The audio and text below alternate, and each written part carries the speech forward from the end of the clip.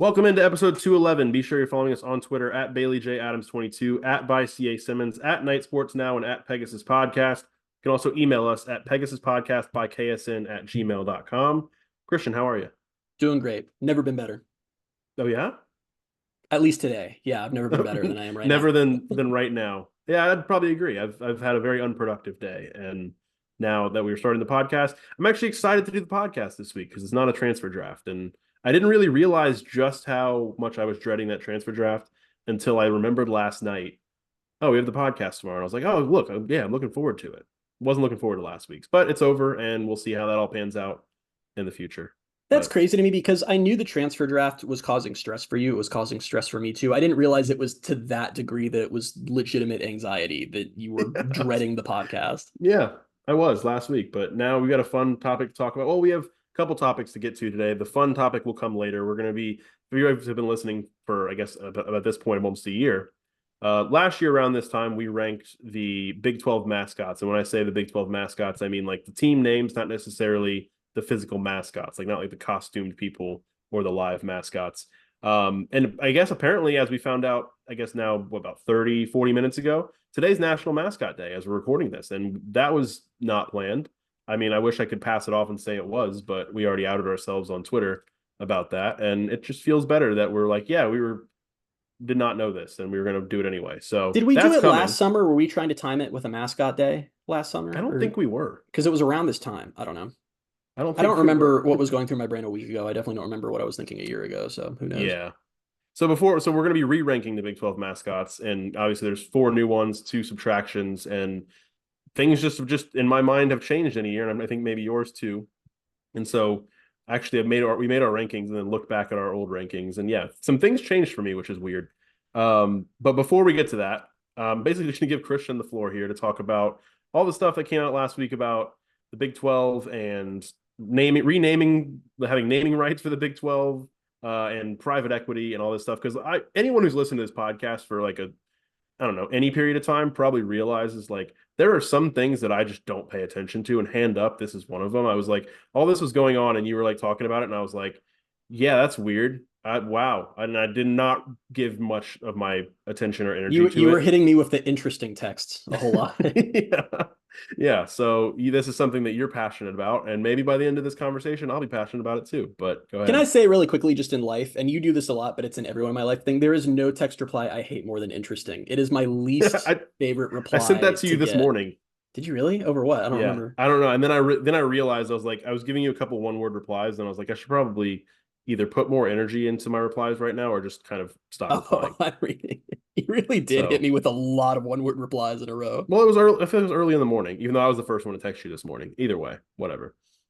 This is the floor is yours because I don't even really know what's going on Yeah. here. Well, let me just say that when back in January of 2021, Bailey and I have decided that we want to start a UCF podcast, it was with the hope that I'd one day get to discuss private equity. That's definitely what I'm in it for. Just an amazing topic. But so if you don't know what news we're talking about, it's two things that are not the same, but both dropped at the same time. So they kind of got lumped in together. And the less important one got way more of the headlines, and that was that the Big 12 is changing its name, which no 1 week ago I did not imagine I'd be starting a podcast by saying the Big 12 is changing its name, and that's the less important news we got from the conference. But yeah, the Big 12 is selling its naming rights.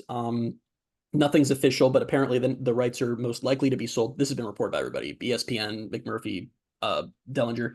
The rights are most likely to be sold to Allstate, and they will literally be taking over the name of the conference. It's likely to be called the Allstate 12. They're also discussing the big Allstate, but Allstate 12 is the Allstate 12 is the leader. So we can briefly talk about that one. Like again, everyone wants to talk about that one. It's just not as important as the private equity thing. I'm going to give you a hot take from what a lot of UCF fans or just a lot of people are at. I don't care about this as much as I was expecting to. I don't think I really care if they call it the Allstate 12. It's whatever. This I'm has been gonna a thing in call it bowls the for Big 20 12. years. Well, it's interesting because that's what I was thinking. Is are people actually going to call it this? And I think they wanted. I think they want to pick Allstate 12 because doing that allows them to keep the exact same logo they have now. Like UCF's patch on the uniform will be the same thing. They'll keep that 12 symbol. It's just instead Mhm. of the word big in front of it, there will be the word Allstate. which is something. Listen, this conference is in a lot of states, so you can play it off as it's the all-state conference. But this is Brett Yormark. I mean, we've talked about a billion times how he thinks differently, and they're trying to find ways to bridge the revenue gap between them and the SEC and Big Ten. And there's a huge gap. And this is anything naming rights related. We used to talk about this with UCF Stadium. It's just free money, and it's kind of like, why not? Now, one thing I will say is that they're selling kind of cheap. The article said that it's probably going to result in about $2.5 million per year per team, which like feels like kind of a low, like $2.5 million is nothing to scoff at, but still feels like kind of a low bar to like sell the name of your conference. But I don't know. The other thing is since it broke, the Big 12's doing it, it's broken that Conference USA is in advanced talks to become the Globe Life Conference. And the AAC then a couple days later said that they're also in talks with someone about selling the name of their conference. So this is one of those things where like within 5 years, probably every single conference will have done this and it will just feel normal. I doubt the SEC and Big Ten ever will, but they're too proud. Yeah, but they'll probably still do it. They just won't like it'll be like the Discover Big Ten, like kind of how like the more important bowl games still have a sponsor, but just don't, So yeah. It's whatever. I don't care that much. Like, I don't know. I'm sure there are people who the other thing that I want to say, and I think it was Chris Vanini that made this point, and it's a good one, is that unlike the SEC or Big Ten, the Big 12 name was invented in like, I think like 1995. Like it's not some like very old, like, oh my God, 100 years of history. It was just the Big 8 added the Southwest Conference teams and was like, I guess we'll be the Big 12. So it's, I don't know. It's money. I'm not, unless you feel differently. I'm just like, whatever. No, I don't really care. Like I'll probably still call it the Big 12. I can't like just, we still call Twitter.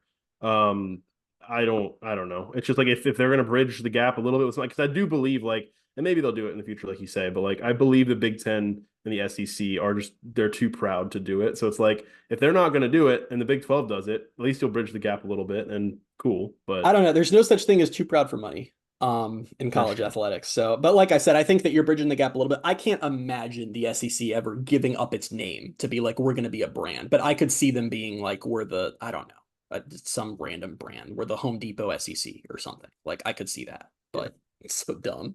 Do you think it'll be like, but actually a lot of people on Twitter made a good point too, that the ACC should have jumped on this because they could have been the All-State Coast Conference and just stayed the ACC. Yeah. I mean, I don't know. It doesn't really matter to me that much. And like you say, it's like, it's money and that's what is going to drive all of this. I just also think it's dumb. Yeah, it's dumb. Like it just sounds it's definitely dumb. Like the All-State 12. The All-State 12 sounds dumb. The Home Depot SEC, if that were to ever come, like that just anything. I don't think anything would sound good, honestly. But I will say that it sounds dumb now. I wonder if it will in 3 years, because surely when all the bowl games first started getting sponsors, people were like, wow, this sounds so dumb. And now it's like, I don't blink twice at the names of any of these bowls, Yeah, there are some bowl games where everyone's like, that is dumb. Like, yeah, but it's usually funny, right? Yeah, that's true. Like they should have made this funnier. Bowl. That's where they got this wrong. They should have had a funnier. I actually was gonna say I like that it's All-State. I like that it's like it would have been worse if it was some like crypto company or something. Like I like that it's a real brand associated with the like there's it's what All-State Sugar Bowl, like they've been around. Yeah. It's not something. I mean, honestly, the first thing I thought about was like All-State has been just ingrained in college football for a while. Like just if you think about like the field goal nets, like there's always been the All-State hands, and like that's the first thing my mind went to, and I was like, you could say that the Big 12 is in good hands. I regret saying that. I'm curious, like, do you think it'll be called, like, will people start calling it like the A12 or something? Like, I just can't imagine maybe us colloquially, I've just totally butchered pronouncing that word, just on this podcast being like, UCF might be All-State 12 champs this year. Like, I just can't, I feel like it's going to get shortened or something. I don't know. I have a hard time seeing that. Maybe I'm totally wrong. I also wonder how this is going to work. And I don't know if there's been any reports on like what, if there are terms to this agreement, but it's like, what if it's like with the bowls where like they agree to do this for 10 years, but then in 10 years, All-State's like, no, we don't want to do it anymore. And then it becomes, I don't know, the ReliaQuest. Sure. ReliaQuest 12. Like, is it going to change? Because then it's going to get confusing and I'm going to hate it. But I'm sure it'll be something like, yeah, there will be terms and then it can change again. I mean, we see that with bowl games all the time. One of my favorites was that, you remember the Peach Bowl got rid of its name for a little bit. It was the Chick-fil-A Bowl for like a decade. And if I remember right, one of the contingencies of it becoming a New Year's Six Bowl was they were like, you got to have your name back if you're going to be a New Year's Six Bowl. So when they were getting elevated, they changed the Chick-fil-A Peach Bowl. So like it could totally be something like that where after 6 or 7 years, the terms go up and they change, and now we're the All-State Big 12. Or maybe it's kind of like when UCF Stadium was officially the bounce house for a year while they were looking for a sponsor. Maybe randomly one season it's the Big 12 again, and then the next season it's like, okay, now we're Discover. I don't know why we're giving Discover all this free press. That's just the only company we can think of. I don't know. I just think it Discover Orange Bowl. What are all the big ones? Like Discover Orange Bowl, PlayStation Fiesta Bowl. All-State I don't Sugar know, Bowl. What's the honestly. Rose Bowl? Is it like Verbo? I think Verbo might have I been the think Rose so. Bowl. Yeah. Yeah. The Yeah. I don't Verbo know. 12. It's just it's yeah, it sounds dumb. Like you can pick almost any brand name and it's gonna sound just weird and dumb.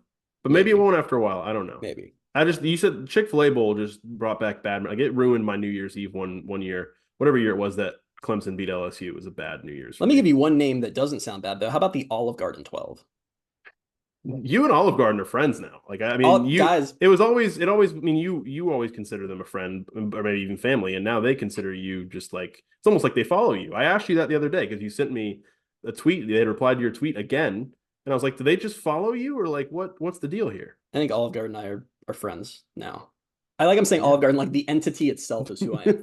And I'm really proud of that. If you don't know what we're Yeah. talking about, a few days ago, I tweeted when all this stuff was breaking, I naturally tweeted UCF football, proud member of the Olive Garden 12, which I think would be fantastic. You could call the Big 12 title game like the Soup Bowl or like the breadstick basket. Like there's so many options here with that. Why would Uh you change it to a basket? It's not a bowl. Like what? well, because the breadsticks come in a basket. Breadstick I bowl, know, but I don't know. it's The just you're Soup Bowl, the changing salad bowl. you're changing what the games are like referred to as. It's now a basket game instead of a bowl If it game. can be the All-State 12, the game can be a basket, Bailey. Like I the guess, yeah. limits are off. But all the actual Olive Garden account replied with an actual graphic of Olive Garden 12 with the 12 Roman numerals made of breadsticks. It's the best thing I've ever seen in my life. And UCF fans seem very happy about that. Just shout out to Olive Garden and their continued support of UCF through Twitter, which I'm absolutely loving. But yeah, so maybe if All-State falls through, we can get Olive Garden 12. I'm very hopeful of that. Sure. But should we move into the bad part? This is already Yeah, taking so much longer. This podcast is going to be an hour and a half, and I think we just have to be okay with that. Um, the bad part of what, or maybe not the bad part. I'm already throwing my prejudice out there on how I feel about this, but the other news that was announced surrounding the Big 12, which really got swallowed up by the name stuff, even though this is a way bigger deal, is that the Big 12 is closing in on a deal with private equity, and this would be the private equity firm CVC, which is based in Luxembourg. It's a British firm based in Luxembourg. I'm sure there's some financial implications there. That they are going to purchase a 20% stake in the Big 12 for somewhere between $800 million and $1 billion. And I I'm alarmed by this for many reasons, which I'll lay out here. But I have to say that UCF fans' initial reactions, I can't really blame them for, because, like, let me tell you, I've been doing a lot of private equity research since this happened, because, again, this is just not a topic that you expect to talk about in a football podcast. And particular shout outs to, like, Matt Brown has done, like, an incredible job over at Extra Points covering this, and he's had a lot of good stuff. But a lot of UCF fans just saw the headline and were like, whoa, $1 billion. Like, and it would equate out to like a significant portion of money per team per year. Like when you're talking about closing the gap between the Big Ten, the SEC, and the Big 12, this is one of the ways you actually do it. Like you're not going to close that gap completely, and you never will. I think the Big 12 needs to wrap their heads around. It's just not doable. But this is how you get a lot closer. The part that I feel like fans were missing is that this is not free money. This isn't like when you see a new TV deal or TV revenue or a donation. Like this isn't just revenue coming in. This is in exchange for something. And what has me worried is that the idea of private equity in college athletics, the Big 12 didn't invent that. If you don't follow this realm of the sport, this is an idea that's been sort of percolating and floating for like close to a year now. And the first place that it really started coming up and people started talking about it was with FSU and their legal fight with the ACC right now. Because I think, you know, if you're listening to this, FSU is currently trying very hard to get out of the ACC. They're suing them. I think pretty much everyone understands, and FSU understands, that that's going to have to result in a settlement. They're going to have to pay the ACC to leave. And it's going to be an amount of money like you've never seen before in college athletics because of that grant of rights and how ironclad it is. It's been reported that FSU might have to pay somewhere between $300 and $400 million to leave the conference. Even the richest teams can't do that. So that was where we first started hearing about that. Oh, FSU might be interested in private equity. They might be interested in selling a stake of their program to private equity in exchange for cash to get out. And I just want to read this thread from Shehan Jayaraja from CBS Sports because I feel like it sums up. This was in relation to when the FSU news broke, and I think it just hits things really well. And what he said was, one thought on private equity in college football. I don't think stakeholders have enough understanding of what private equity is trying to accomplish. Their job is to provide the most revenue for the least cost possible to maximize shareholder profits. What does that mean? Their job is not to create the best Florida State football team possible. They're hoping to create the cheapest Florida State team that you will still pay to watch. And that's the big thing about private equity that I feel like people don't understand is private equity getting involved in sports is not new. They've been involved in pro sports for a long time. And that's okay because pro sports teams exist to turn a profit. Like the Orlando Magic are a for-profit organization. And that still works within the realm of them trying to win games because it's the NBA, it's regulated, it's a salary cap, everyone's even. But every NBA team, NFL team, those teams exist to make money. And they have things that they have assets that private equity is interested in. Like when private equity gets involved in pro sports, it's typically for things like multimedia assets or real estate assets or what they're really investing in. Neither of those are options with college athletics. Matt Brown pointed out that it wouldn't even be legal for private equity to hold a stake of like a college football stadium on campus. Like it's just not possible. The difference between pro sports where you're for profit is college athletics is not for profit. Now I know you're hearing this and you're like, what do you mean money is ruining college football? That's all I hear about.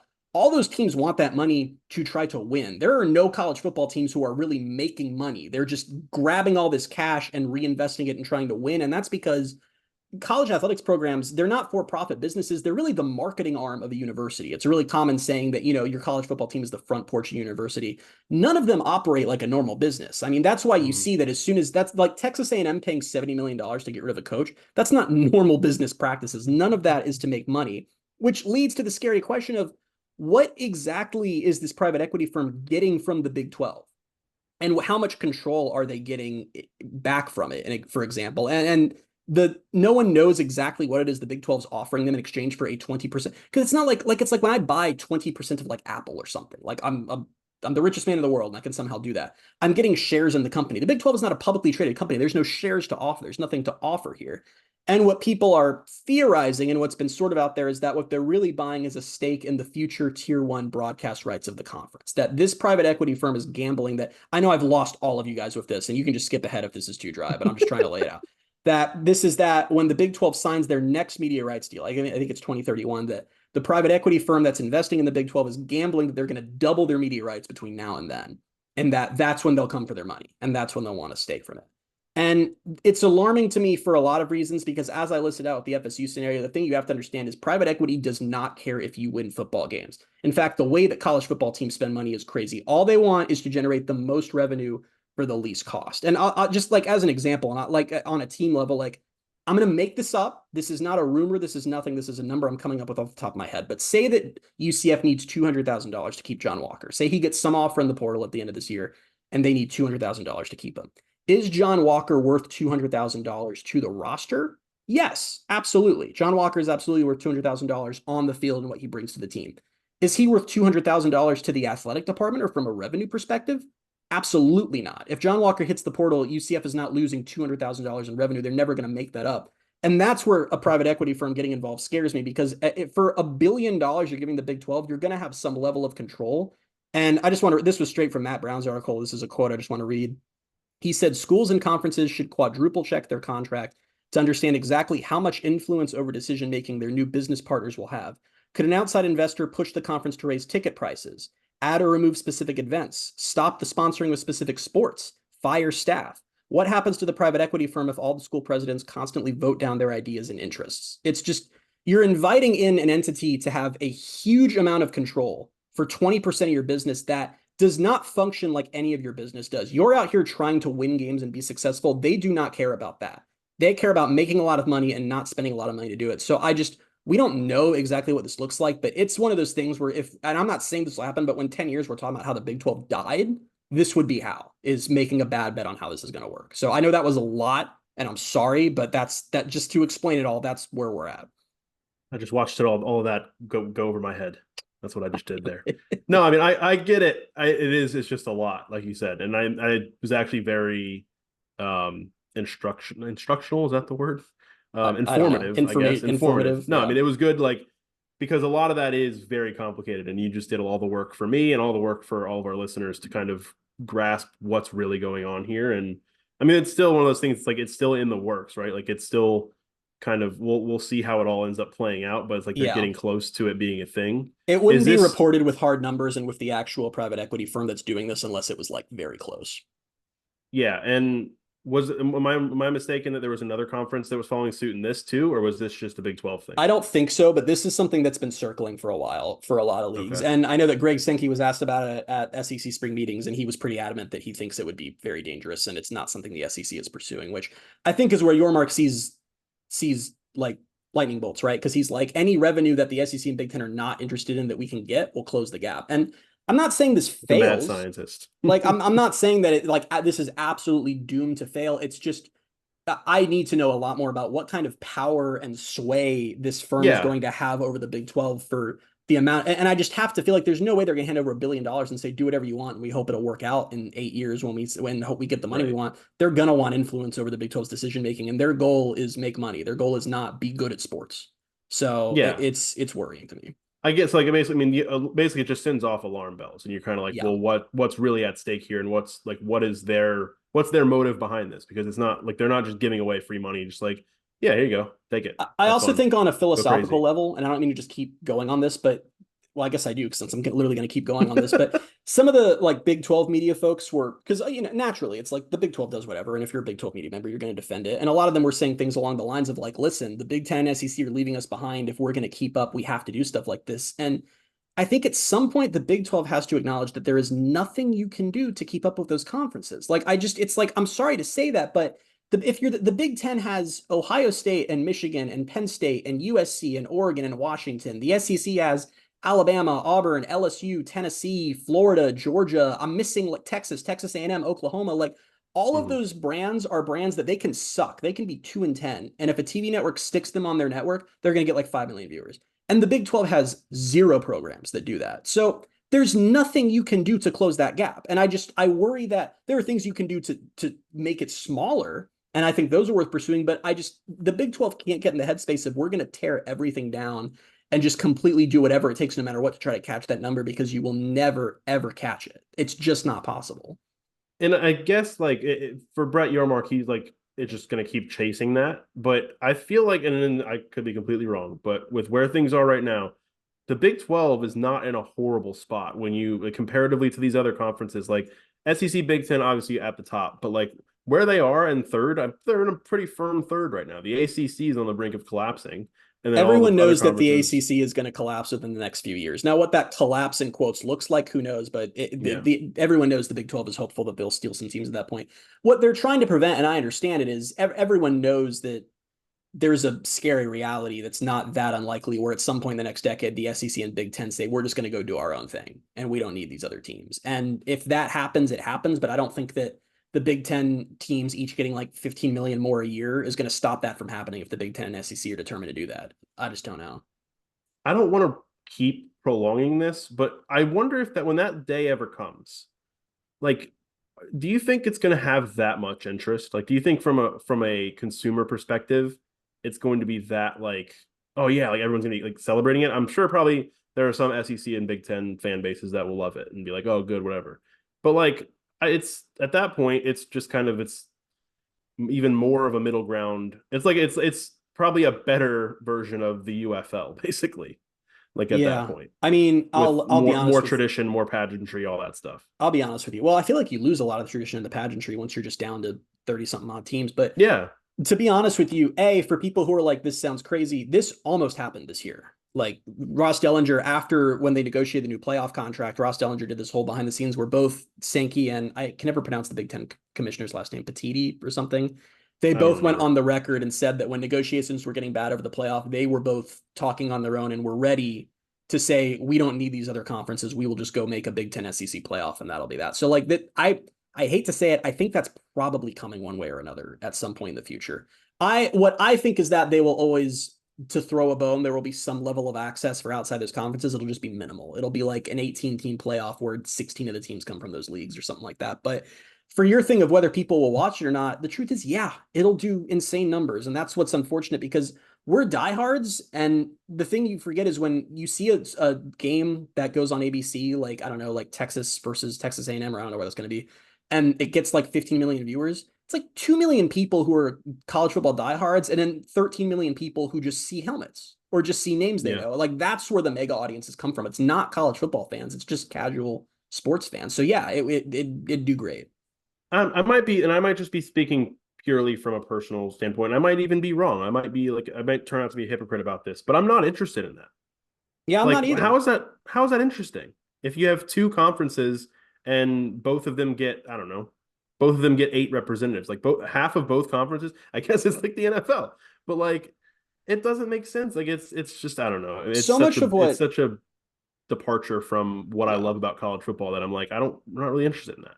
So much of what I love about college football is the scale of it and the pageantry of it. And that's what makes it not the NFL to me, which feels very sterile, is just there's like that I can go on a given college football Saturday and everything from this freaking crazy triple overtime game in Laramie, Wyoming, between Wyoming and Texas Tech at night. And earlier in the day, I can watch the Giants battle it out during the day. It's just like that, the interconnected nature of it and how everyone is technically in the same boat. It is what makes it interesting to me. And once you don't have that, one like it's FCS, right? Like if that's tiered differently. So once you have just, well, all the big brands are just going to play each other all the time. Like, yeah, I know it'll get great TV ratings, but that's just not college football at that point. And I don't really think anyone wants that, but it's just one I of feel those like things that might happen, you know? it would just get stale very quickly. Like I I'd be just feel like really that's curious. I'd be really curious what it would look like. And I don't know, but it's one of those things where it's like I've watched UCF play at not the highest level before, so if I watch it again, so what? I just don't. I have a hard time buying a scenario where it's a clean breakaway where it is like we are now not, like you are not, we are in a postseason that you were not invited to. We never play you guys, whatever. I just think that the access for the teams outside those conferences will shrink. It'll be a playoff where there are really very few spots allocated for them, things of that nature. So we'll just have to see what happens, but whatever. yeah. So that was a lot. That Uh, went yeah, a this little really longer could have. than I'm realizing now this could have just been its own podcast. But what can you do? well, I don't know. We had a very long portion of time there while you were talking, where it was the longest I think I've ever gone on this podcast without saying a single word. So, Which, to be fair, I want to clarify that I cleared with Bailey in advance. I said, "Is it okay if I talk about private equity uninterrupted for like and a I long told him, stretch?" I said yes, you have to because I don't have anything to add. To So the 9 of you that didn't fast forward through that, I hope you took something from it. But now we can yeah, do the most ridiculous hard cut ever and mascot rankings. yeah, rank Yeah, let's mascots. go. Which I listened to portions of last year's mascot rankings, and this was actually like kind of informational also because like we went into like the roots of these teams' names, and I went back and relearned some things. I mentioned something to you that you said you thought we talked about on the podcast last year, and I was like, "This is a crazy fact," and you're like, "Yeah, we talked about that a year ago," and I was like, "I don't Okay, think I knew that." I'm gonna level with you. We didn't. Okay, I did a thing that I often do. I didn't read your whole message. I read the first part of it and said, "Yeah, we already talked about that." But what you were really telling me was the second part. Then you in follow up texts like clarified you're talking about the second part, but I was just embarrassed at that point, so I just played it off like I did. I had no idea. I well, had no okay, idea. so we'll talk about that when we get to them. One thing I did, I only listened to probably like a few minutes of last year's episode, and I'll run this by you. I forgot to run this by you before the podcast. What we said on that podcast was the way we should do this is just go by the alphabetical order Alphabet, of them, yes, and then we just say where we have them rather than going from 16 to 1. that's what I want to do. Okay, let's do that. I don't have these. Do you want to go by the school alphabetically or the because I don't have them listed in alphabetical order. I can go easily find the alphabetical order of the Big 12 by I literally school. have the alphabetical order up by school right now, so we can Okay, let's do you do it want to do by that school. then? Yeah, we can do All right, that. well, you're gonna have to take the lead here then, I guess, and tell me who's first. That's So, right, I guys. mean, Arizona would be first, right? I'm now the host of the Pegasus Podcast. You are correct. Okay. Arizona is first. That's fun. I have them at 15. You have them at 15, really? Yeah. I have them at 16. Really? Okay. Arizona is my last place, which I did. Did you look up why they are called the Wildcats? I sure did. Why don't you tell us about it? They showed the fight of Wildcats in a 1914 win over Occidental College. Um, yeah, cool. I don't know. That's just there are a few of these programs who got their names in that way, and I just think it's so dumb. So they're last place for me for a couple of reasons. One, that's stupid as hell to get a name that way. Two, Wildcats is, by the way, I am a Wildcat because my elementary school is Wildcats, Waterford Wildcats, shout out. Nice. I Okay. actually think it's not nice, and this is why. I think that Wildcats is genuinely the most generic, stupid, like made up sports name for a TV show that I've ever seen in my life. Like I feel like every time you're like watching some like sports show on television, it's like, oh, they're playing the Wildcats. It's such a fake name that means nothing and that no one likes. And the reason Arizona, which is spoiler, there's another Wildcats in the conference and they're not high on my list either. The reason Arizona took the last place is that not only are they the Wildcats, I don't associate that with them in any way, shape, or form. I don't think they have a Wildcat logo. They don't play into that at all. They just have that block A. Like I see nothing that makes me think they are the Wildcats. It's just like out there as a name. I agree. My last place, I think how they got their name just happens to be a little dumber. But I think this is why they're 15 for a reason. Like it's dumb. Also, taking another hard turn. I don't know if people maybe do talk about this or know about this. When I was looking this up, apparently they had like one of their first live mascot. His name was Rufus Arizona. The Wildcat, and I kept reading about this, and they were like, it was written so matter of factly. Rufus Arizona, this live Wildcat, hung itself on Okay. accident. It's the I shouldn't wildest be. story I've ever heard. Like, so I have the quote here from the article. Can It I says, just say, I need to say really quickly, I'm not laughing because that's funny. That's really not funny. it's just out of nowhere. I'm laughing because I didn't know what you were about to say when you said Rufus and paused, and hung himself was not Yeah, on my list. So that's not yeah. funny at all. I'm sorry if that caught you by surprise, because it also caught me by surprise on my Sunday morning when I was looking this up. It was It says what kind of animal was it? Don't I tell me think it this was a was a wildcat. bobcat. I Okay, think it it was was a a bobcat. bobcat. Or, Okay. yeah. It says and I don't even understand how the logistics of what happened here, but it says while endeavoring to perform gymnastic stunts in the limbs of a tree to which he was tied, Rufus Arizona fell and was hung. That is the Oh, worst thing like I've by ever its heard. like the thing it was tied to? I guess so. Oh, that's awful. That is horrible. Wow, that's really bad. We talked about too many dead mascots on this rankings over these 2 years because we talked about the Texas Longhorns killing Bevo in Oh last yeah. year's edition. I Yeah. had never heard that story, and I'm like, what? People need to talk about this more. What year That's did the Oh, it was a long Bobcat time die? ago. Like It back was in the like day, it was like presumably. 1918. I think it was like their first one. It was given them like as a gift or something by somebody. There was a lot of things happened in Big 12 mascot lore where they named the team like after an animal, and then a live animal was then gifted to the school or gifted to like the Okay. student body. New thing. Arizona's in last place because they somehow hung a wildcat. So Yeah, like no, I last almost put place. them. I Firmly was last on the place. fin. I was like not sure I wanted to bring that up, and so I didn't put them in last place. But I almost put them in last place solely because of that. But we'll get to my last place, and that their team name just comes from even dumber I place. just have no idea what I was expecting you to say when you go Rufus and this big pause, and like hung himself was not even in the top 100 if you'd given me 100 guesses of what I thought was Yeah, coming next. So yeah, nope, very bad on it's Arizona. horrible. Yep. Okay, so next is Arizona I'm not sure State. if I can guess. Arizona State, yeah, I have to be Let's them. not have you guessing. That's Um, gonna get so confusing. well, the funny thing is, when I was writing down like my information about all of these, I wrote them alphabetically, but then I didn't write the new four. So Mm. like I have like the current big well, I guess it is the current one because the other ones aren't official until I don't know. Is it like August 1st instead of July 1st? Is it? I Is it think I read different? that Yeah, there yesterday. was some Pac-12 thing with that actually. Now I think about it, But okay, so Arizona State I have at 5.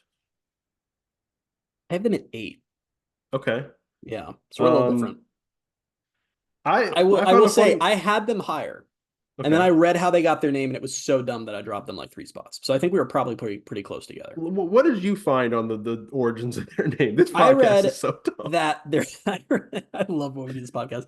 I read that their track coach in like Yep. back in the day went out for a run and saw a dust 1946. devil, which is like when the sand or the dust does its Mhm. little whoosh whoosh thing, and was like, we should be the Sun Devils. And that was so stupid that also their website is very defiant about them being named the Devils, like Devils. Like their website was a little like we're gonna battle woke culture type vibes, like from their official like school. Did you read there was an Arizona State.edu article about how like people have tried to cancel the devil, but we won't let them. And I was like, this is kind of weird for a school website, but like you do Yeah. you. So it Weird was thing to just say. I Try to was cancel expecting the some devil. like cool Sun Devil story, and it was just like, yeah, Was the track coach saw some dust and was like, was let's be that the Sun also Devils. was that also the same? Because I did read a page where they're talking about like the other teams in like college and also pro sports that uses devils. They're like they It use might have devils been. too. It might have So been. it's like all right, So yeah. but for me, it just was one of those, and I forgot to explain this at the beginning. I think I might have done this last year too, where the geographic like fit. I take that into account a little bit. So I thought like also the uniqueness of it. Like I feel like they score really high on that. And I might have given it more points than I should have because did you see the thing about their logo and who drew their logo? No, I did not. Okay, so there was a former Disney employee, or maybe it was a current Disney employee, draws the Sun Devil logo, the one that you can still see as of now. And people after the fact pointed out that the Devil's features and the Devil logo looks like Walt Disney. And Oh no. I think he denied it. Um, or she, I can't remember if it was a he or she, but the artist denied it. But then the person I saw writing about this was like, now that I've seen this, I can't unsee it. Did you look it up? Oh man, I'm looking at photos. I think the Sun Devil might be Walt Disney. Yeah, and I thought that was hilarious. I just thought that was like that. It was like even if it was denied, the fact that maybe subconsciously they're like, hey, can you draw us, our devil mascot? And he was like, you mean my boss? So that was just You know funny what I to love me. about the Sun Devil logo is one, he has a trident, which I don't understand why. Like, why does the devil have a trident? That's not the weapon I'd think of for him. And two, there is just that face is pure evil. Like you can see the malicious intent in the eyes of this logo. Like you really can. Like there is a sadistic vibe to this logo. Like you know what? It's Maybe you had it. intimidating. Maybe you had it right at fifth. Maybe I knocked it too much for it being from a track coach who went for a run and saw dust and came up Yeah, with a that team name that that was way. But dumb. But there are a lot of dumb origins in this conference. So next up, which is speaking of dumb origins, Baylor. Baylor, I have Baylor at 12. I have them at number 10. So we're pretty close together. Okay. Um, I looked it up last year. I double checked this year. There are still no recent bear sightings anywhere near Waco, Texas. So bothers me. Baylor Bears traced their origins back to 1914 when a $5 gold piece was offered to a student who could come up with the best mascot name. The finalists were bears, buffalo, antelopes, frogs, and ferrets. And from Did you that, also see one where bookworm was an option? no, I didn't. The Yeah, Baylor bookworms. Oh that's man, something. that would have been, they should have done that one. That would have been Yeah. incredible the way that would have aged. But yeah, so shout out to Baylor for just having nothing but pedestrian options and picking a pedestrian choice. There are no bears in Waco, Texas, but shout out to that student who got a $5 gold piece, which I guess in 1914 was probably fairly valuable. I I also had to laugh at a couple of things with Baylor. I had to laugh, bless you. I had to laugh. No, people that aren't watching the YouTube video have no idea you sneezed. Thank you, Bailey. I muted myself to sneeze, so no one will hear it. And Well, then you said bless you anyway. I So needed to thanks. give you your blessings. I had to laugh at two things with Baylor. When they were going out and looking for a team name, they phrased it as looking for the quote unquote patron saint of Baylordom, which I was just Is like, Baylor, what? isn't Baylor a Christian school too? Yeah, I think they are. And they came up Right? with bears. I'm almost certain they are. Yeah. Yeah. And also the other fact was before 1914, apparently they went 70 years without a mascot. I guess like it was more like a thing where like mascots weren't always a thing, which surprises No, me. what you learn But doing this is that for a lot of teams, the mascot was just kind of like what fans decide to call them that day. Like you'll see yeah, ones where it's like, yeah, they spent a few games as like, I don't know, like the Aggies. Everyone was the Aggies for a yeah. while. There And was then they became, something there was a reason for that. I don't remember. I didn't really fully grasp it, but it was like a yeah. lot of teams like regionally were all under the same something. I don't know. But it would be That's like there as would be a much as school I where can like give you. different fans of the same school would call them different names. Like it was just kind of Yeah, like whatever you felt like calling them, which is kind of like yeah. UCF with Knights and Citronauts. So familiar Bears territory. also just felt basic and just like they're like, yeah, Bears, cool. Baylor So Bears. it's Points alliterative. for Only alliteration, thing it has but going for it is it's alliterative, but they could have been so many better things. yeah. Continuing with dumb origins, I think. BYU. Who's next? Oh, never mind. I good thing I'm not guessing anymore. BYU, I have at 13. I also have them at 13. We're matching up. Oh, okay. Um, Um, Cougars is a dumb name, and BYU basic. also doesn't do anything Cougar related with their uniforms or brand identity. They It's get just the points. Y. They get points for Cosmo, their actual mascot, because he does crazy stuff, and I think that's cool. Like there aren't a lot of mascots where it's like halftime of it's like a chili Provo night, and he's like, I'm gonna like climb into an actual motorcycle and like triple flip through the air through a flaming rope, or not a rope, a hoop. But at the end of the day, it's still Cougars, and I just think that's Yeah. just not an interesting mascot name at all.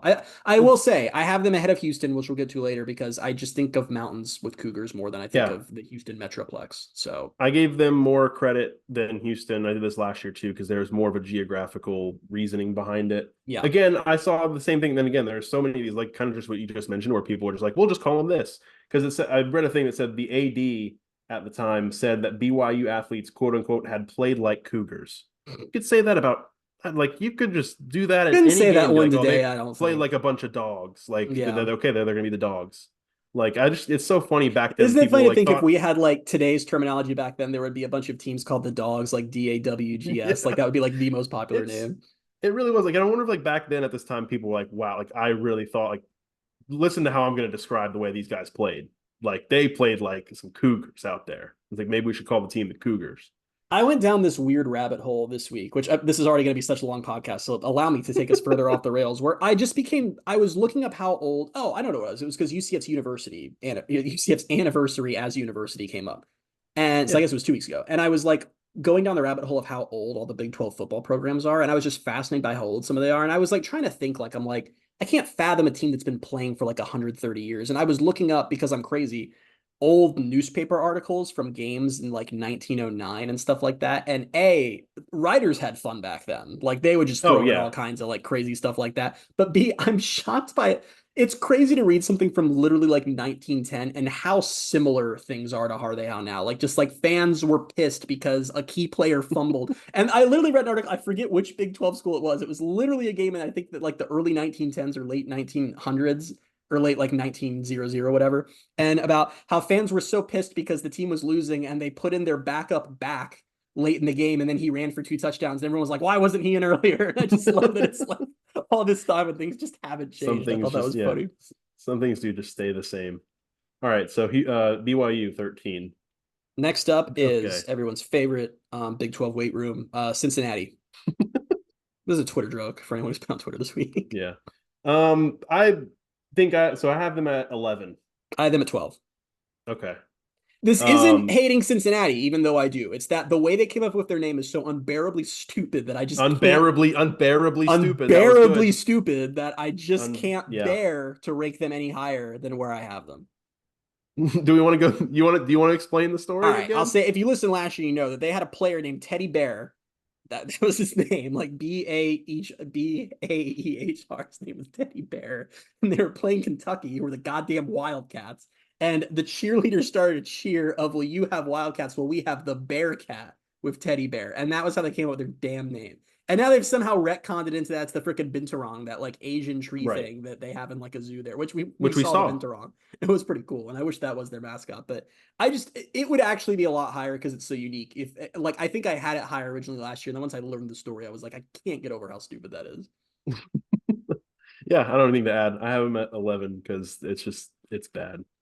And again, like the fact that the binturong was like retroactively, they're like, oh yeah, like it's kind of like this, and it's like okay, like you fit it, but all right, the origins are still bad. Could you imagine people in like the early 1900s like knowing a single animal from Asia, let alone some like very obscure like jungle rat or whatever a binturong is?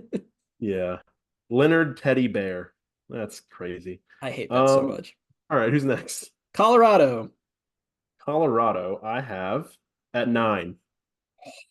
Our first major disagreement. I have them at number 2.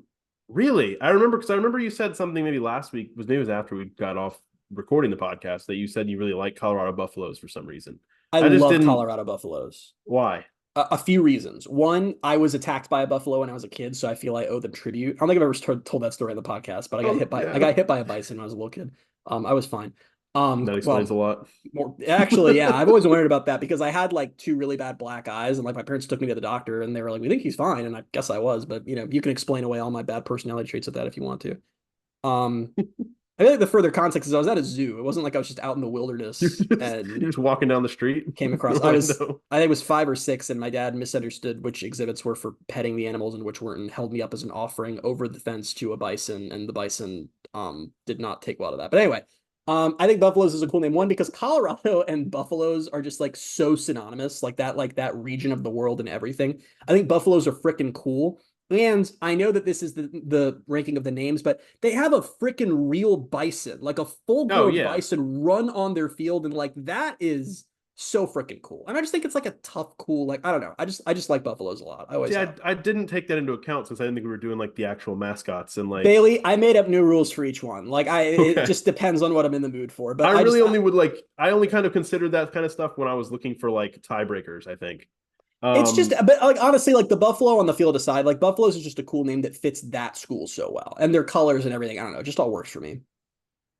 Yeah, no, I mean, I don't have problems with it. Like I just have the other ones ranked ahead of it because I like them better. But like, I don't have. This is probably the first one on the list that I'm not like, yeah, like I don't have any issues with it. It was more like I learned throughout this process that you can like, I guess you can use the terms buffalo and bison interchangeably. Yeah, there was like a big disagreement in the past, I guess, about like, well, it's not technically this or this, but then they're like, well, no, you can. Well, I think it's technically a bison. Like the name is bison, but everyone calls them buffalo, American buffalo. Like that's, you know. Yeah, but the actual thing, like that Ralphie is a bison. The bison who hit me, his name was Peanut.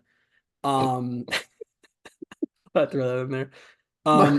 My notes on the Buffaloes, and this is probably what it is. It's kind of just like, yeah, like it's good, but like I have a vote in the newspaper because I guess that's how they came in 1934. I have bison ? Interchangeable apparently, and then I have Western. So I mean, there you go. But I don't know. Like, I feel like that's such a like part of like two feels high. frontier American culture, like the herds of Yeah. buffalo. Just that region of the world is so like tight with that. I don't know. Number two feels very high. I'm sticking with it. All right. They also, after that contest in 1934, someone paid $25 to rent a buffalo calf and have it on the sideline, and that was where the tradition came. It took them 30 Nice. years before they buckled up and said we really need to have a permanent buffalo, and that was when the first Ralphie was added to the Was field. that? Oh, I should have remembered this. There was a story that Andy Staples told on Pardon My Take like a couple years ago, maybe. And it might have been about Colorado, and it was about how like I think they're like, did he asked because there was a bunch of like frat guys apparently that like got the first one, and they were like, did you? I guess they talked to them or whatever. Like, did you know that you needed to get a female? I guess like it was either you had to get a female or you had to get a male. Like they had to get the right gender so that it didn't attack them. And they're like, no, we had Right. no idea, but they did. They That's chose hilarious. correctly. It might have been because Andy Staples, when he was still at the Athletic, he did a whole podcast on Ralphie once. Like he I brought on think it one of was that Ralphie's yeah, handlers, and like it was a really yeah. interesting They episode. were talking about like all their favorite college traditions, and that was one that he picked. So he like gave that background on it. Because it was right around a couple years ago, they unveiled a new Ralphie because the old one, I don't think it died. I think it just got old, and Hmm. I don't know how that works. And they like people were complaining that Ralphie was too small, like yeah, he was too small, and we're mad. And like the person on it was like, he'll grow, like give him time, like he's young. Oh god. All All right, who's right, next? well, next up is Houston. Last. What is there even to say? You had Houston Number last. 16. Okay, I had them Yeah. 14. Really? Yeah, Wait, really? yeah. Why are you Why? surprised by that? I hate. There's a name Bailey we've already talked about that I hate with all my heart for sports teams. Oh, do you still sticking to that? I Of course, I'm disagree sticking with with you. that. You want to give a little history on how Houston came up with this name, which definitely dings it even more. Yeah, that's why I put it last is because Houston got their name because their coach, or he wasn't even a coach. He was like, I think he helped coach the football team. He was also like just a physical education teacher at the time. He had come from Washington State, who was the Cougars, and he liked the Cougars. So he was like, yeah, Houston, we're going to be the Cougars also. It's very Are dumb. you kidding? It's very Like that's dumb. why I put them last because like that's just insane. Like it has nothing to do with Houston from what I've understood, and it was just like yeah, I liked the name at the other school that I was at. Let's just keep it, and when we shorten it to Cougs, let's just change the spelling of it, and then that'll be different enough. Yeah, Like it's just there's nothing interesting about it at all. And it's just also like it's another school that they have like one alternate Cougar logo they'll use every now and then, but it's not something they super embrace with their identity. yeah, So like they're like when I say embrace with their identity, that is one thing I kind of weighed with a lot. Like you talk about UCF with Knights, like UCF's uniforms have a lot of Knight features and features that relate to their hmm, mascot. Like Houston doesn't do that. BYU doesn't do that. Arizona doesn't do that. Like they're just kind yeah, of, they don't really care. yeah. I had them last just 'cause I thought like so I'll do a little bit of a spoiler because there's one that we haven't talked about. It's in my bottom four, but my bottom four are the two Cougar teams and the two Wildcat teams. Yeah, that's my bottom four as well. We just have them in Okay, different orders. yeah. Um, But next up, wait. what? Okay. Now, when you just said that, like, you have the one at the bottom that, like, you hate the name for the sports teams, it's not when I said, oh, you're sticking with that. It's not what I thought you were talking about. We'll get to it. Who's Okay. next? Next up is Iowa State. Okay. I have them at 7. I also have them at 7. Let's go. Oh, okay. So that's the one I thought you were going to say you had at 16th because I remember last year you talked about how you hate when sports teams are named after natural disasters. And I I was like, are you really going completely to put, I was like, are you really going to put them at 16 for that That's still? amazing how much I can change in a year because I completely forgot about that and didn't weigh it at all. That's right. Yeah. And I wanted a whole thing about that. I didn't even think about it when I was doing the ranking this Yeah, time. you did. That's funny. It is still weird though. I'm not gonna do the whole rant again, but I don't know. Yeah. I don't know. I like it. I think it's It's just weird to unique. name your program after a thing that terrorizes your community. Oh, Like, it's absolutely. just No, like I I think don't that part is like weird. It's there's just so many headlines especially this time of year where it's like everyone in the Midwest is hiding in terror because there's like an F4 tornado that's like gonna kill all these people and stuff, and then they're like the cyclones, but yeah. And then whatever. A Saturday in Ames, they're like, let's go Cyclones. I think it's Like, weird with the hurricanes too in Miami, especially yeah, since Miami, like I was not alive in the early 1990s, but when Andrew came through and like destroyed Miami, I wonder how the whole Miami being named the Hurricanes, like, was that talked about at all then? I don't know. I don't know, but Yeah, I have them we 7. talked. Apparently I've gotten over that in the last year since I didn't think about it once while assembling this list. Well, when you look at the reason for it too, it's even stranger because like it was I guess from 1895, Iowa suffered an unusually high number of devastating cyclones.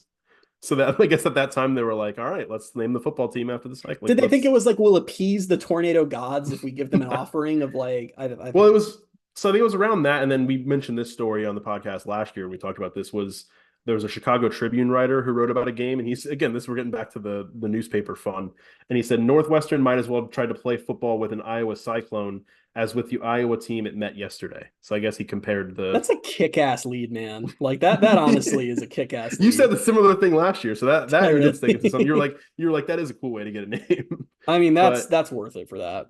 it feels like geographically relevant, even if it's like a little dark how geographically relevant it is, and it's just unique. Like it's aren't many teams that are the Cyclones, right? We get tornadoes in Florida.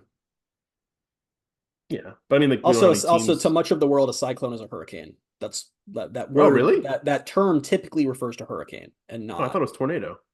Well, it can be either, but outside the Midwest, like if I were to Google all right, let's test it. What is a cyclone? This podcast. What is a cyclone? Yeah. Yeah, it's giving me the Wikipedia page for hurricane. Oh, interesting. Yeah. Didn't know that. There you go. But anyway, next right, up, that's the second one we've matched up on. We both had them at 7. We're pretty. Who's other next? than the Buffaloes, we're doing pretty good. Next up is Kansas, the Jayhawks. Number 1. You put them at number 1, really? It's my biggest change from last year. Okay, I had them at number 4. Yeah, because I educated you last year. Yeah, I don't know how I don't know what my research process was last year, but I missed the story of why they're the Jayhawks, and I was like, oh, I even said on last year's podcast, I was like, oh, if I had known that, I probably would have put them higher. So I think I had them at like 4 or 5 or something like that, but now they're number 1 for me. The story there is that Jayhawks, the term dates back to 1848. It's a combination of a blue jay and a sparrowhawk where it came from. Kansas was a border state during the Civil War and obviously had a big slave dispute, and it wasn't clear like what side they were going to be on. And the term Jayhawkers was used. That was sort of implied as like the people who wanted Kansas to be a free state and not a slave state. And so as the Civil War went on, that term just became synonymous with people who were rooting for Kansas to basically like not be, slavery. So that's where that term came from.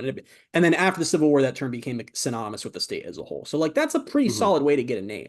Like battling against like the greatest evil of the world is like a pretty solid like reasoning, The historical reference or the historical relevance of it, I think is very cool and it makes sense. And then there's even like when you talk about it as a mythical bird, like a jay and a sparrowhawk.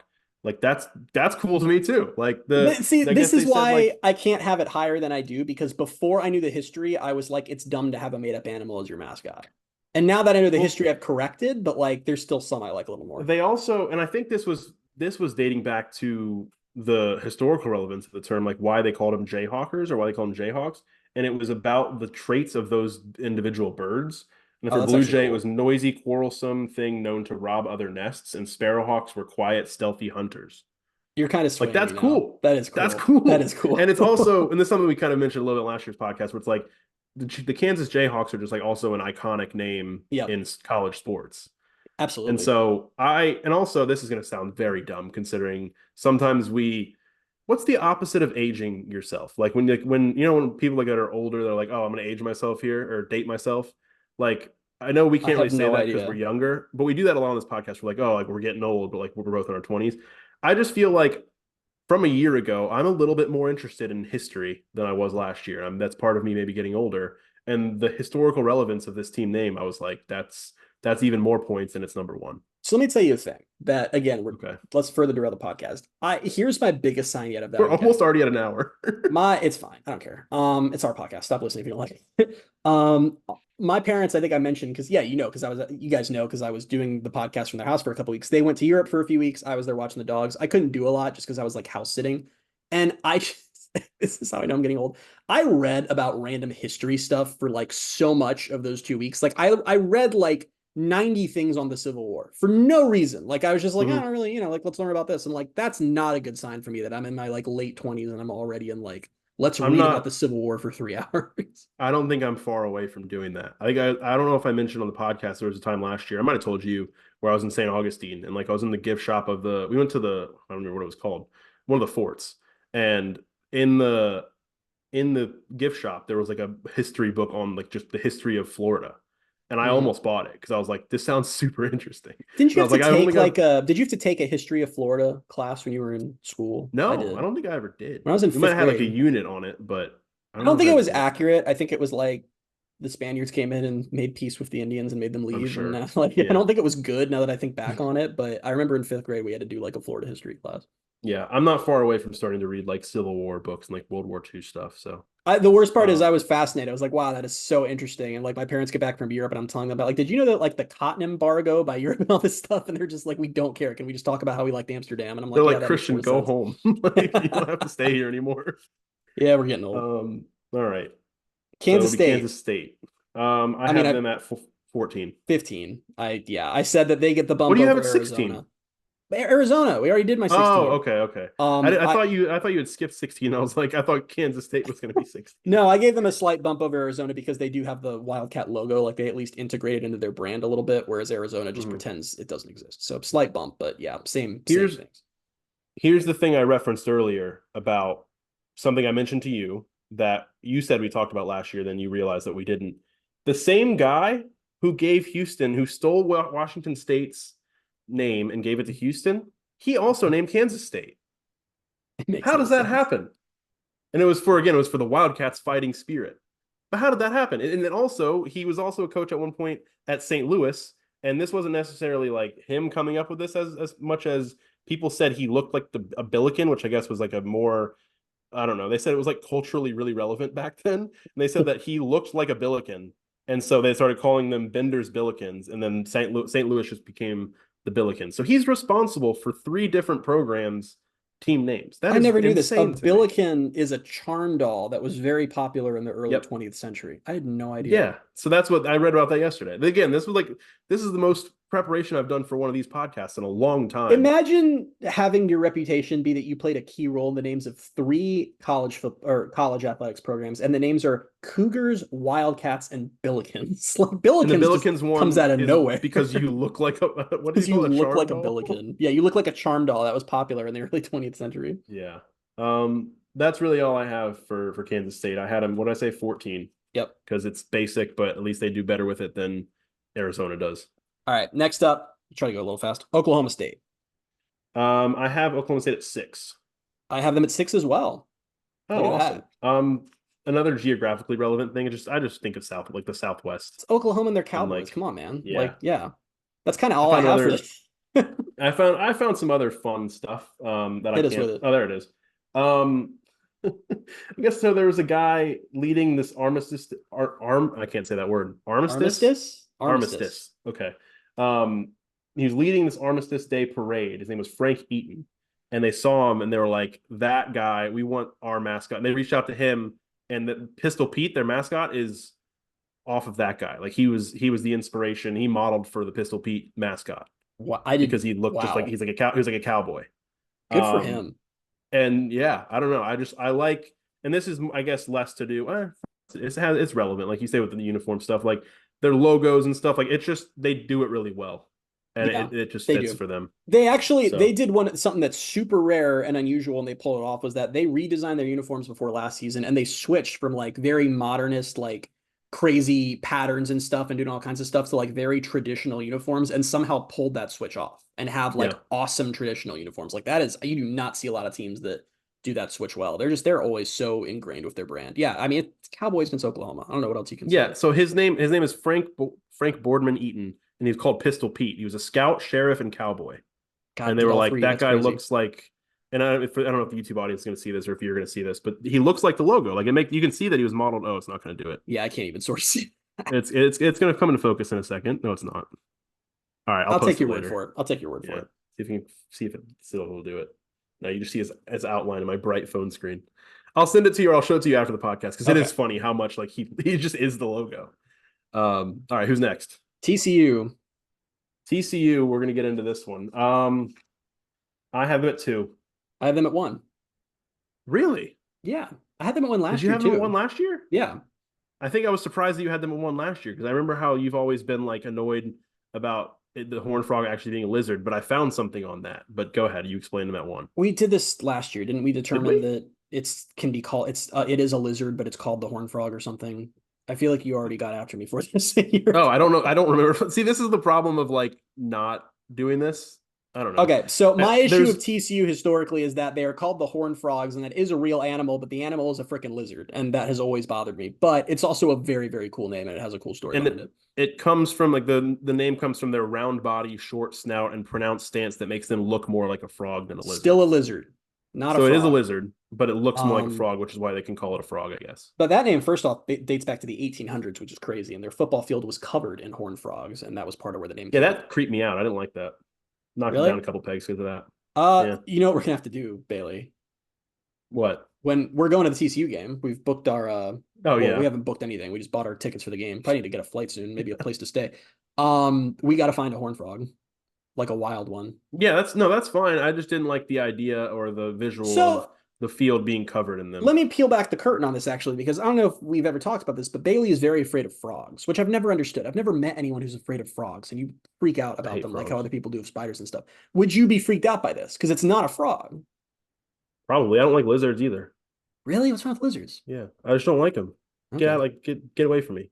Another reason I don't like horned frogs. This is maybe not true, but I read it They and shoot blood I'm out of gonna their say it eyes. is true. Yeah, that thing is that That's true? true. That's true. That's I horrible. feel like I've They seen can videos of shoot that. blood up to 5 feet out of its eyes. I don't want any part of that. How did we go from you're not sure if it's true to how you have the statistics on how far they can shoot the blood from their eyes? That was a Well, because very that's the fact that I read. I just wasn't sure if okay. it was You were like, true. I'm not sure if this is true, and I say it, and you're like, well, here's the full stat. But yeah, I still have them at two. Like it's a cool name. I it's a just very don't cool name. really. I don't particularly Their new like. uniforms suck, man. They dropped the They're uniforms just today, and I feel bad for just everyone involved because I those uniforms are getting killed, and honestly, I don't know what they were thinking.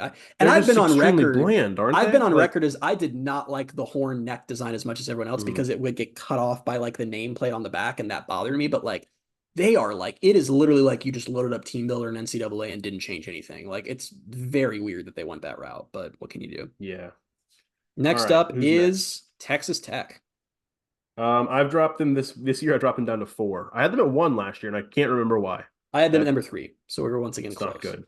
I think it was Um, the. I mean, their uniqueness is good. I don't really have a lot on them, which I is like why the I was kind of reasoning of the surprised. name. They got the name, they were known as the Matadors for a long time, and they became known as the Red Raiders because they were referred to as that because of their color and their coast to coast schedule. Which, by the way, in 1936, a coast to coast schedule was Arizona, Louisiana, and California. But I don't know. That's a cool reason to get a name, and also Red I Raiders think just sounds freaking cool, man. I think that actually might have been why I put them at 1 last year because I liked the idea that like they just the coast to coast schedule and Just going around it and would go. rating, yeah. Yeah, like that sounded cool to me. Like It's cool. I Now, don't know. the one way you could drop them a little bit, and it's why I don't have them higher, is that I think they could do way cooler stuff with that name than they do. Yeah, As like who far would as use the interlocking T logo?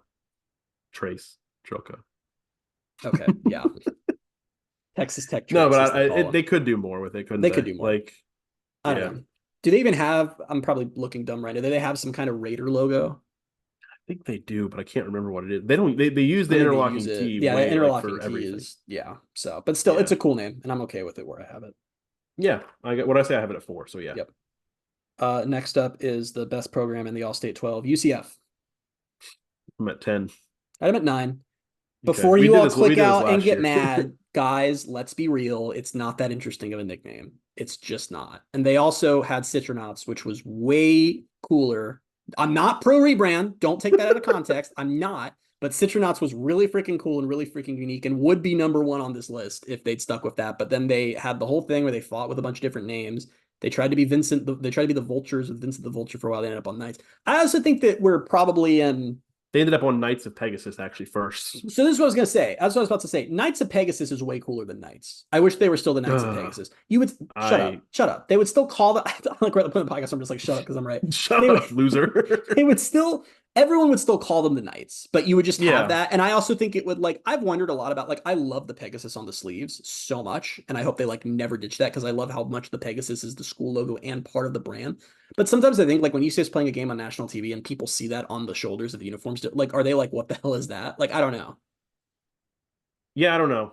And I read this, and again, I've just started reading things from different sources and could not cross verify because I didn't want to spend that much time on this. But the reason they went from Knights of Pegasus to the Golden Knights was because of poor merchandise sales, is what I That's read. interesting. I believe it. I mean, I don't know if someone maybe can verify that, but yeah, Did I they go guess straight from Knights of Pegasus to Golden Knights? They were never Knights before that's what 2008 it or looks like. It 2007. says, yeah, from 1970 they were Knights of Pegasus. 1993 is when they went to the Golden Knights, and they dropped to Golden in 2007. I haven't fact checked this, but I think that my dad told me I love we're just saying once. stuff. I haven't fact well, checked any of this. if my dad said it was true, he's got a pretty good hit rate. That there was some movement in the 90s to become the Sharks that I think picked up some legit steam at some point. like that they wanted to rebrand as the UCF Sharks. So, That do with sounds that what you interesting. will. Yeah. It Let me see would if have I been can more very geographical. It would have quickly. made more geographical sense, I guess. Yeah, I get, yeah, for Wouldn't it? I landlocked mean, it would. Orlando. I mean, I mean, for Florida, if you just want to go with that, but yeah, but Orlando's nowhere I near don't the know. beach. I'm That's trying to see fair. if I can find anything. Yeah, but there was a I'll fair for UCF's official website. There was a fairly serious discussion. This is a quote from John Hitt. There was a fairly serious discussion early in my presidency about changing our mascot from the Knights to the Sharks. hmm, There you go. didn't know that. Me But neither. like I'll say like I'll reiterate what you said earlier is like UCF like does stuff with Knights that like It's makes it like very they much own part of it their and it's brand. very Oh yeah. yeah. Everything from the sword stripe down the house, everything about their uniforms is To based off of that. calling the athletic village the kingdom, like it's just Yeah. yeah, like there's all this stuff like They call the they athletic do a village good the job there. kingdom, or they call the NIL Don't well they do that too, yeah. but like they said like oh like around like views from around the kingdom and it's like I they'll put feel like a like big like now that you say that, I feel like they've kind of stopped doing that since the kingdom became a thing. probably I feel like that used to be much more of a thing. probably yeah I think you're right.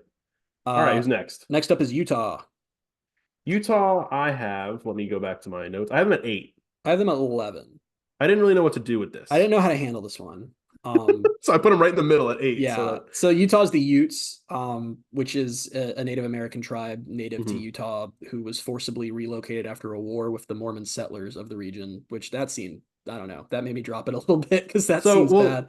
Um, you and I Also, had a conversation about this last week after we recorded last week's podcast. We were like, we're gonna see how we have to approach that. When I dug into it more, it seems like they kind of like Florida State does with the Seminoles, have like an agreement. So at least like they try to do right by the tribe and they like have like kind of a committee that kind of oversees things. yeah. It's still just kind of like a little touchy in some areas because like I we you got to do it don't the right way. do anything close to politics on this podcast, and I have no intention of ever doing that. That's why I don't even like this discussion because I feel like we're weirdly getting close to it. But like, I don't know. I always feel like, hey, they were also. Do you know what their name was before they became the Utes in 1972? I don't think I They do. were the Redskins, and then they changed Oh, because okay. No, I didn't they know. decided there were like articles from 1972 about how that's Mhm. problematic, and I'm like, it's so funny that happened. Then it was still like 40 years later before the NFL was like, yeah, I Yeah. guess you're right.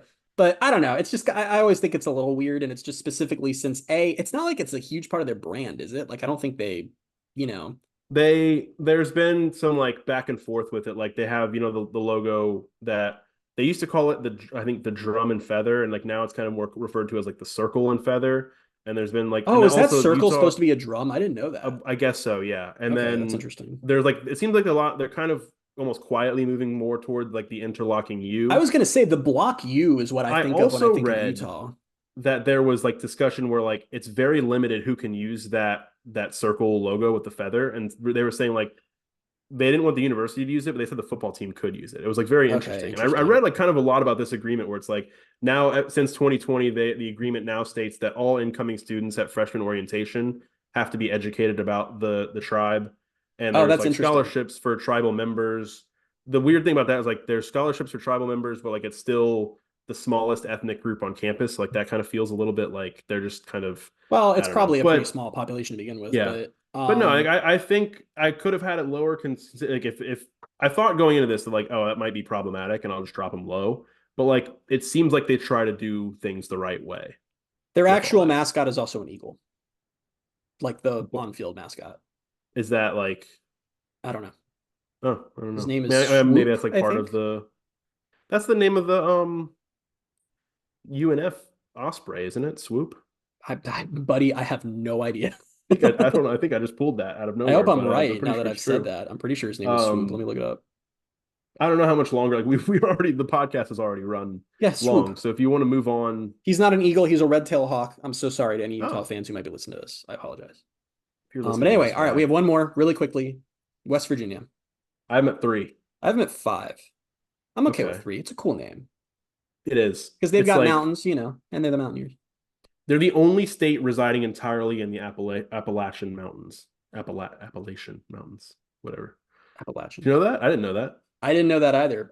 It's so stupid. Like I'm doing the thing where you say that, and I'm like determined to disprove it, and I'm like it's right. Like I'm sure it's They're correct. called like West Virginia is called the Mountain State, and so it's just like, and also again, it's like very deeply ingrained in their culture of like the Mountaineers. Like, yeah, and I It's guess a like very this is cool something name. that You mentioned last year, actually, and again, I don't know if this is going to be something where you're like, oh, it's funny, I didn't even think about that this year. Was you said when you hear Mountaineers or think of Mountaineers, you think of App State I first. do. And I was, buddy, it's So so funny. I was literally about to bring up App State. Like that was going to be my next thought. But yeah, but that's a very yeah, specific to me thing. Like I have family that went to App State. I've been on App State's yeah, campus. I like Group of Five and Sunbelt football. Like I'm sure for the vast majority of people, Mountaineers is West Virginia, but yeah. No, just like I don't know, West Virginia Mountaineer, like it's and they're it like just works. the yeah, it does. I don't like Yeah. it's weird. It's like one my third ranked one, and I'm like I don't have much to say about it. It's just Well, right. sometimes there isn't much to say. Sometimes it's yeah, like you said, it's just right. It just It's fits. You the can't complain obvious about thing, it. and even just because it's the obvious thing doesn't make it bad. It's actually like kind of good. I think it's interesting how subjective this topic is and how we were super close on everything except Colorado. Like I think we were in with like 2 or 3 on every Yeah, single one. It's pretty funny. yeah. Do you want to run through your list, or do you think people are done with us by now? I'll well, it's already been long. I'll do it really quickly. My list from starting at the bottom going up was Arizona at 16, Kansas State at 15, Houston at 14, BYU at 13. I should have been saying their mascot names this whole time. Cincinnati Bearcats at 12, Utah Utes at 11, Baylor Bears at 10, UCF Knights at 9, Arizona State Sun Devils at 8, Iowa State Cyclones at 7, Oklahoma State Cowboys at 6, West Virginia Mountaineers at 5, Kansas Jayhawks at 4, Texas Tech Red Raiders at 3, Colorado Buffaloes at 2, TCU Horned Frogs at 1. That took longer than I thought it was, so I don't even really want to run down mine now. You just get You mine and guys, that's it. Sorry. you guys were listening. I won't do it. All right, that's fun. I don't know. I had so much fun researching this, and again, it might have been more like the history minded part of my brain where it's like, all right, you're a history guy now, which I don't think I can really consider myself that because there are certainly things that you could bring up from history that I'd be like, wait, what are you talking about? Like I don't know, I remember something vaguely remembering or vaguely learning about that in like high school or college, but I don't know. I think I'm an aspiring history guy. That's what I'll call We myself. should talk some history at some time. I don't Open know up if our we should because you make me conversations. feel dumb sometimes when we talk about things that you know a It lot about that I don't know makes me about. feel really bad. I don't think that's true. There have been things in the past where you're like, "Do you know about this?" And I'm like, "No," and you're like, "Wow." I can't. Okay, it sounds like a thing I do, but I can't remember a time that I've done that. So I'm I gonna can't say think that of a you're specific lying. example, but there are certain things where you're like, "Do you know about this?" And I'm like, not much about it. I'm like vaguely, and you're like, "Wow, really?" And I think you to your credit, you have said like it gives you more of a glimpse inside of your brain. Not you're not like saying wow as like a judgmental way. It's more like, wow, I thought like everybody knew this, but I guess it's just like more of a me thing. Because it So usually comes up with like conversations you're having with our friend Sarah, where like maybe Sarah doesn't know something, and you're like, all right, I'll check with Bailey and see if he knows this. And I'm like, no, I don't know what you're So I talking can about. remember one, and guys, this is apparently just the way we chat about life podcast. I don't know what's going on. We're making this an hour and a half and just keep talking. I can remember one, and it was we were out to. It was when Oppenheimer the movie was coming out last year, Mhm. and I was like, oh, we should see that when it comes out. And someone at the table was like, who is that about? Like, who's Oppenheimer? And I was like flabbergasted because I thought that was just like I thought that was like George Washington. Like I thought people just knew that, and then I realized I was like the only one at the table who knew that was and got really self conscious. So like And then it's I think things you like that that. sounds right because I think you asked me because I don't think I was there. I think you texted me. And you're like, "Do you know who that is?" Okay, And I was like, "Generally, yes, but like I don't know much more than like this is who this is." yeah, And you were that like, sounds about right. "Oh, wow." And So, then I'm like, let me find a way to make Bailey feel dumb. It's a self-conscious thing. I promise it's a self-conscious thing. oh gosh. All right, let's jump into the football news and then get out of here before people swear off this podcast forever. UCF Florida will kick off between 6 and 8 p.m. Game's obviously on October 5th in Gainesville. We'll find out the official kickoff time September 23rd, but it's prime time. That's like Crazy, man. It's going to be on. big I deal. declared on our UCF podcast that it's not going to be worse than ESPN2, and the time of the kickoff has not made me waver from that take. Yeah, I believe you. 7 nights were on Phil Steele's preseason All Big 12 teams. Kobe Hudson, Malachi Lawrence, and Lee Hunter were on the first team. Deshaun Pace, RJ Harvey, Gage King were on the second team, and Xavier Townsend as a returner was on the third team. Gage We're King. I starting. completely forgot that he's still Yeah, back this year. Actually, didn't they bring in a long we're getting snapper into that. transfer? Did I make that up? I think they did. Well, Yeah, unless I don't know. I want to say I think they did, and maybe I'm just thinking of him last year. could be. Um, it could be the case. Last piece of news was on Sunday. Neville Clark, Cole Schneider, and Marlon Williams. They were all three on the Birmingham Stallions, who won the UFL championship. Birmingham Stallions is just a dynasty. They won. They're two-time USFL champions, and then they went back to back to back now this year, winning the UFL, which was what the USFL and the XFL merged. I can honestly tell you, I watched like 1 second of UFL football this spring, but congrats to those guys. That's awesome. I know Marlon's been on the team for I think all 3 years. Yeah, So that's awesome for it's them. awesome. I think it's Yeah. good for a young league like that to Cole have a Schneider might dynasty have been too. too. Yeah. Yeah. But no, that is cool. Yep. Some people were talking about like they should be promoted to the NFL and there should be relegation. They said they should be promoted to the NFC South, which kind of hit home a little close because the NFC South does stink, but we'll see. All right, tweet of the week. Tweet of the week. Tweet of the week this week does not go to one individual tweet. It instead goes, unfortunately, to an entire fan base. Mackenzie Milton, you may have heard of him, Oh, former UCF quarterback and former Florida State quarterback. Mackenzie Milton, if you don't know, is on Tennessee's coaching staff. He was this whole past season. He's an offensive analyst. Very excited to see where his coaching career takes him. I hope he will one day be UCF's head coach. And then we will pray we don't have a Scott Frost situation and it works out. But he, again, works for Tennessee, employed by the University of Tennessee.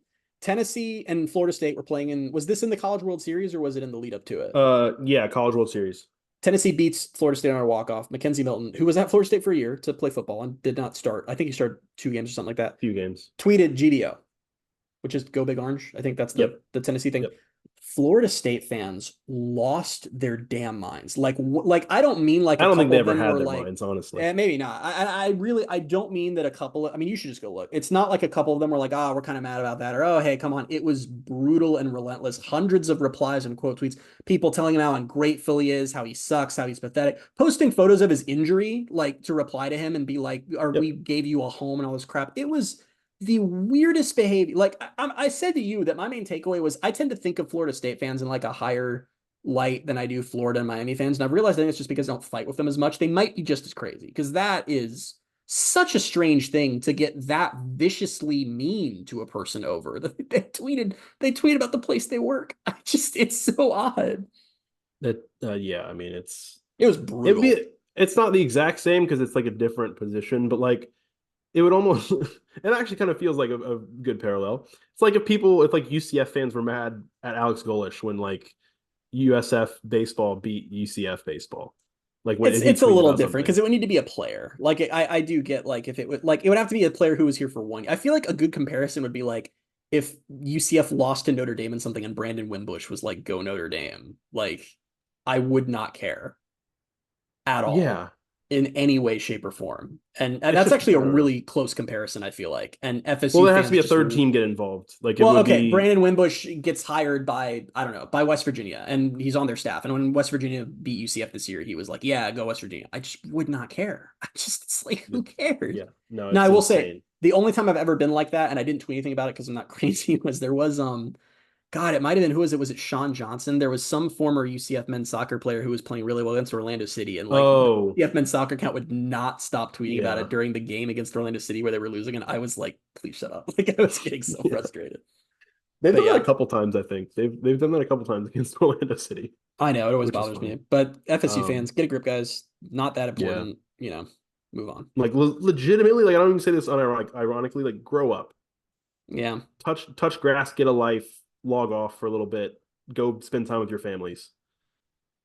Like it's well said. Yeah, I couldn't say it better than that. Unironically. All right. On that note, it's been like maybe our longest podcast. We talked about private equity and then we ranked mascots, and then oh my god, I just chastised Florida State fans and told them to go spend time with their families. So covered a lot of ground here on episode 211. We'll be back next week with episode 212. Until then, you can find us on Twitter at BaileyJAdams22, at @ByCA Simmons, at Night Sports Now, and at Pegasus Podcast. Thank you guys so much for being with us, and we'll talk to you next week. Bye, everybody.